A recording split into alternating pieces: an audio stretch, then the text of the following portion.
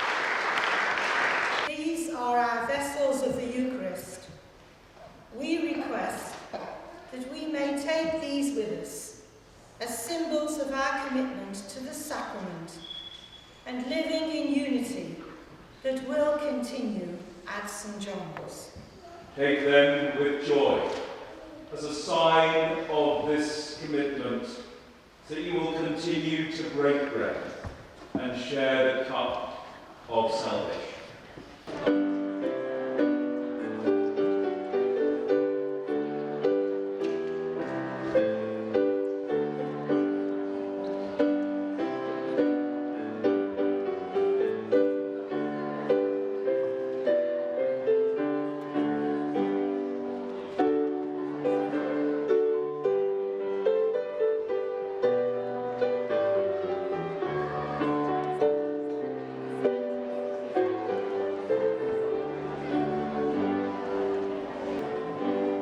Watch your back.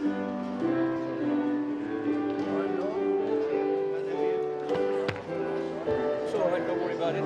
I've been told to find my way through the crowd. You ever have this one, I believe, young man?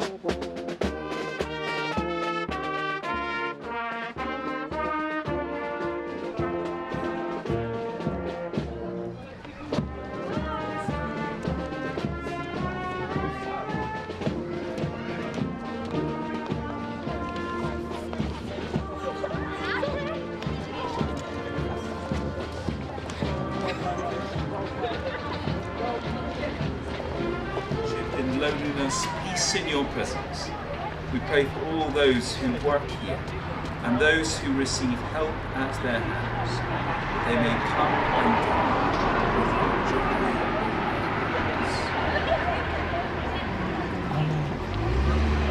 go with your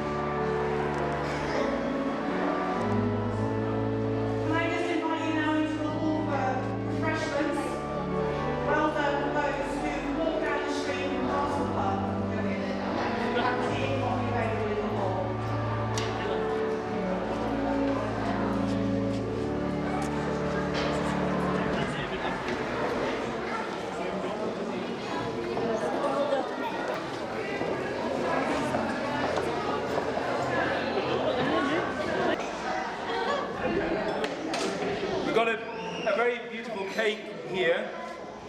Who's made the cake? Marks and Spencer. Marks and Spencer. So, well done to Marks and Spencer's. And let's give 3 cheers to some people from St Luke's, because it's been a hard morning for them. Hip hip! Hooray! Hip hip! Hooray! Hip hip!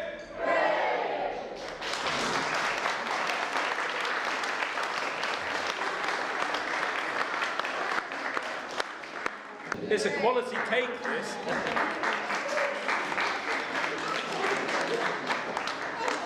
Do you know what I think people are going to miss the most?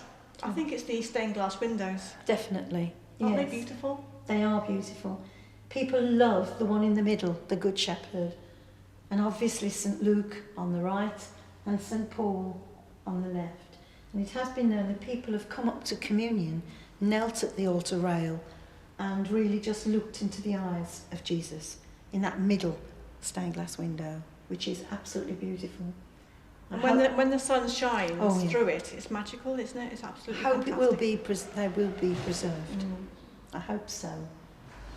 Because they really are old and very colourful. We've had them vandalled quite a few times, but repaired. So they really are lovely. And this old panelling is really lovely as well, isn't it? You don't Yes, get it like this anymore. No. Good many years. And we've still got the wrought iron that is the original, and the gates. They were always called the chancel gates. Don't know why. There used to be gates on, and the gates have broken, so they were taken off. But these choir stalls are original, just as they were in 1847. What else are you going to miss, especially about this building? Oh, I'm glad I've got memories, but I will miss coming into the building every week. And the memories of families before me, it really is precious. And it's a super building. And of course the font has been... And the font. This must have had hundreds of people baptised in that font. All my family have been baptised. My mum and dad and my grandma. So they've used the font in the church for a good many years. And it's always at the back of church as an entry into God's family as you come into church, the first port of call. Of course, I've only been here a couple of years, but I've really enjoyed, especially since we've been meeting very much up in the choir stalls. I've really missed the worship that we've had in this church. You know, one of the things, though, I won't miss, that's mopping up the floor every single week. It's a shame, isn't it, that we've got all these holes in the roof. Some of the Sunday mornings have come in and there's been a flood at the back of church. And also last night I came into church and had a shower as I opened the back door with all the heavy rain, put my umbrella down thinking I was safe, and it was like so exciting, but a bit of a pain. Yes, this building has a lot of memories for a lot of people in Cradley Heath, and it is the parish church, and I think that's what people feel. It's the parish church, and it's a super building to sing in and do things in. Fantastic, but it wants such a lot of money spent. I think people have been worried about the churchyard, what will happen to the churchyard if the building is knocked down or whatever happens to it. But that ground is consecrated ground, and those graves are, people buried. It's okay. The graveyard will stay as it is. I think the council move gravestones when they become a danger. Yeah. But I can't guarantee the building will stay as it is, because obviously if it becomes unsafe, then something has to happen to it. If nobody wants it and it becomes a liability, then it would have to be, knocked down. Well, we're going to take some silverware, so the chalice and the pattern is going to come with us. Coming down to St John's. What else is coming? 1 or 2 chairs may go down. The cross, the children's cross, the banner will go. The banner will go. St Luke's banner, which is at the back of church, but we've had it a good many years. Going to take the lovely candle stand. The candles. What's it called? The votive stand will go, and possibly the Advent ring may go as well. And the clavinova will go. Our lovely clavinova. There are several people that have been and looked at stained glass windows over the few years and have said how much they're beautiful. And one man in particular is very good at stained glass, and I think it, it's got to be preserved. If it's taken out, it will be preserved. In fact, what might happen in St John's, where we're moving to, they have stained glass that actually came out of St Michael and All Angels in Stourport. So again, these stained glass windows may well go to a church that would... Well, the stained glass windows have been here as long as I've been here and when the church was built. And the one that we are particularly proud of is the one of St George, just on this side here. A lot of arguments have gone on over that window, where people have said there's no such person as a St George. There is St George. There is St George, and he was a Christian soldier, and we have the stained glass window to prove that. So it's very precious to us, and it was very precious to people way past in this church. These windows hold a lot of memories and treasures to people. We had one on this side that was the window of the unknown soldier, and unfortunately that was vandalled. So you can't see anything there. It's all boarded up. Well, they just are of Jesus, St Luke and St Paul. So St Luke is St Luke's church, St Luke the Evangelist. So that's why we've got St Luke there. And then St Paul, another saint out of the Bible. One of the places that people love in this church, and people who come in to visit the church for any services, is Our Lady Chapel. And that is beautiful. Lady Chapel, this was felt it was for the Virgin Mary, and used for midweek communions, and particularly at Easter on Maundy Thursday. Then we filled it with flowers, with a scent, and about 100 candles, and we sat for a vigil till 12 o'clock at night, just looking at it. Teacher Ellen was a very strict Sunday school teacher. So my mother said, cracked you with her umbrella if you weren't listening. Well, the organ is a Compton organ, a super duper one, absolutely fantastic. Needs a lot of money spent on it now to get it up to scratch. Well, the organ is very, very old now, and it's a Compton 3 manual, and it was quite the envy of several churches in the area, but obviously wants a lot of money spent on it now to bring it up to scratch. But we've had several good organists who've made this organ talk.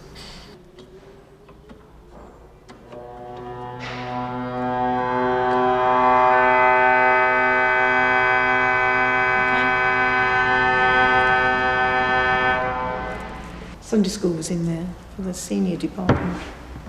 But it was done like this, with a kitchen, not with a kitchen, 2 vestries first, and choir vestry. And then it was altered to a kitchen, vicar's vestry, and a social area for meetings, and as well as a little choir robe place. Oh, we last had the choir, proper choir, several years ago, because we formed like a worship group, really.